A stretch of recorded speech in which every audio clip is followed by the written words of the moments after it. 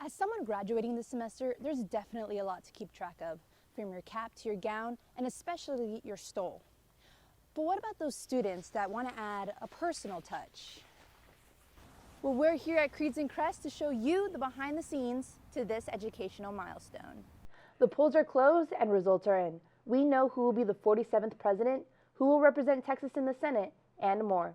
Destiny Venecia has details. Destiny? I'm here standing outside of the Hays County Courthouse where commissioners recently voted to increase property taxes but cut the budget. This is in order to keep up with the demands of a population boom and a boom in the economy. But between that and inflation, citizens are feeling tapped out. We now have over 40,000 students enrolled for the first time ever. You might have noticed all those students as you make your way around campus. Reporter Davin Meredith shows us how more isn't always better. Davin mentioned the need to serve more meals every day. Texas State Dining has brought in a lineup of local food trucks stationed around the Quad and the Den Monday through Thursday. I got out there to talk with a couple of food truck operators and a student, and maybe sample some food. You really put yourself in their shoes this week. I know, right? It looked like so much fun. And speaking of tackling, these river roller moms get rough and rowdy during their last derby match of the season. Reporter Robert Lopez found out that this team is about a lot more than just the game.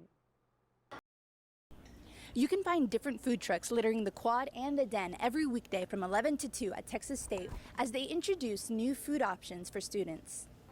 There's a company called Food Fleet, and they reached out to us and said, hey, we're looking at getting some more food trucks on campus because I understand that the population has boomed, which is awesome. That's really good. More Bobcats around here.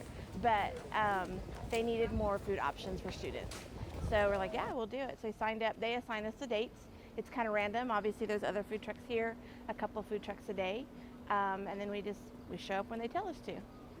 Yeah, anytime I see something new that I've never tried before, I love to just, check it out. Students not only have more diverse options for their dining dollars, but also benefit from being able to take their food to go. So that's what we're doing right now is we're prepping for everything. We're making sure that we're ready to go so when they can get their food quick and head to class or wherever they need to be next. Generally, from around 11:30 to 12, that's the time that they all come, and there are a lot of them, and they're getting like 2 to 3 empanadas. It's on the way to class. I don't have to go out of the way to Jones or Edwards, Not to mention, the small businesses are also getting more recognition among college students. We've gotten, again, new clients, new customers, so they're looking for us now. They know we're at our other location also.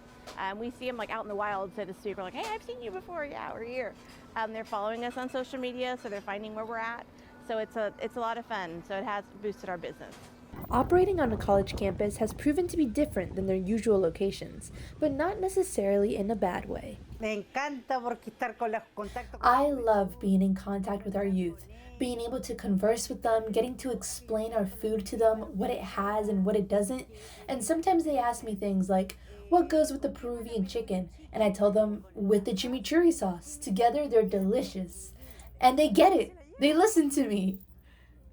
So it's kind of fun to talk to them and see the new generations coming up. I love it. They're very accepting, very open, always have new ideas like, hey, try this, try that. And so they give us a lot of ideas too, so it's good. I guess I would just say again, just the variety, having different options and diversity, trying new things. Like a honey corn dog. So while you might see students eating at food trucks around campus, you have to admit that in the end, Texas State were the ones that ate. For Bobcat Update, this has been Angie Vasquez. As someone graduating this semester, there's definitely a lot to keep track of, from your cap to your gown, and especially your stole. But what about those students that want to add a personal touch? Well, we're here at Creeds and Crests to show you the behind the scenes to this educational milestone. Now, we don't do any caps and gowns. That's through the university. We only do graduation stoles. We also do the towels that you jump in the river and then you get out and you've got a towel with your name on it. A lot of times people get confused and they'll bring the stoles that they order through the bookstore in, and our stoles are different than that. They're a lot bigger and they're longer, and they're easier on our machines. So if you bring in the bookstore ones, sometimes we have to charge extra because they're harder on our machines, and then they're smaller, so people get kind of disappointed. There are a variety of customizations available, such as Name of the university and then your class, and then the Bobcat, and then your major, but a lot of times people want first generation, and so we have a lot of first generations. We have so many people are cum laude, magna cum laude, and summa cum laude. It probably 80% of all the stoles that we do have that on there.